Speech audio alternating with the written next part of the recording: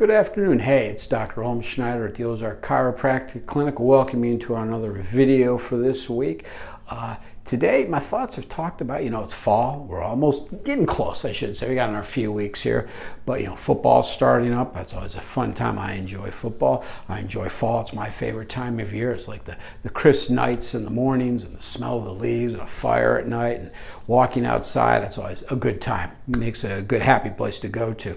But it also gets me thinking about exercising, too, because what happens with us in wintertime, fall, is it gets cold, weather gets not as nice, and people stay inside more, and they don't get out more, and they hibernate, and they don't do much. They sit in the couch, they watch too much football or TV or binge watch or whatever, and we get out of shape and we don't take care of ourselves. So I really want to just have you get on board with exercising.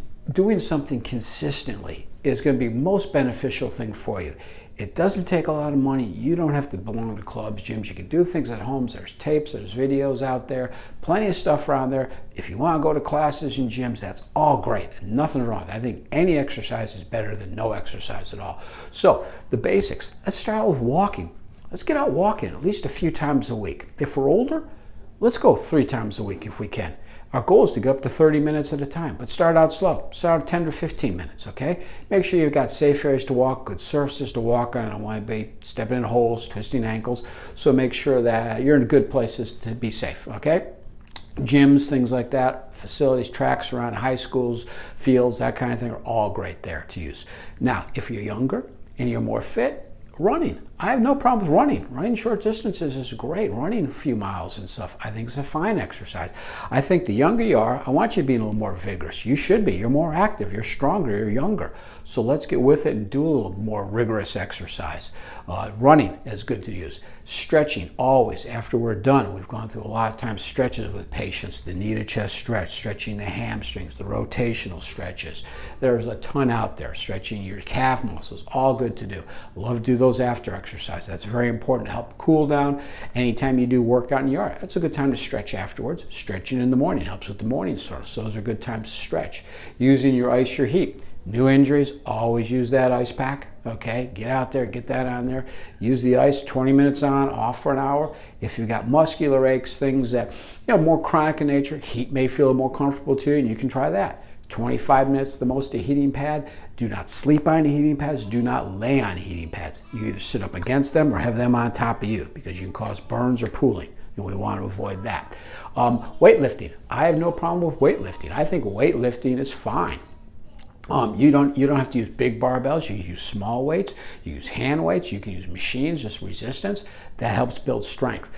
Building muscle mass helps support the bones and the joint. It helps burn off calories, and it's just good for you. You feel better, you look better. Another training is called HIIT training, high intensity interval training.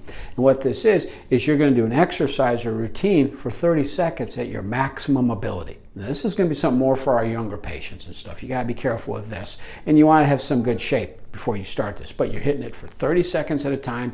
You take a break for a minute. Then you go to the next exercise for 30 seconds. Hit it as hard as you can. And you go through this routine. We're going to work more with the big core muscles, like your thighs, your legs, your chest, your trunk muscles, bigger muscles and things. Some of the arms and things you can do also. And you're pushing hard as you can. What this does, besides building up endurance and strength, you will wear yourself out quicker. And it only takes sometimes 10 to 15 minutes to do a good workout. So that's a beauty right there. You don't have to spend a lot of time doing it. It also helps stimulate your insulin receptors so that they're going to function better, which helps with your sugar control. If insulin's working properly, then you're going to control sugar. So that's great for people who are diabetic and have issues there.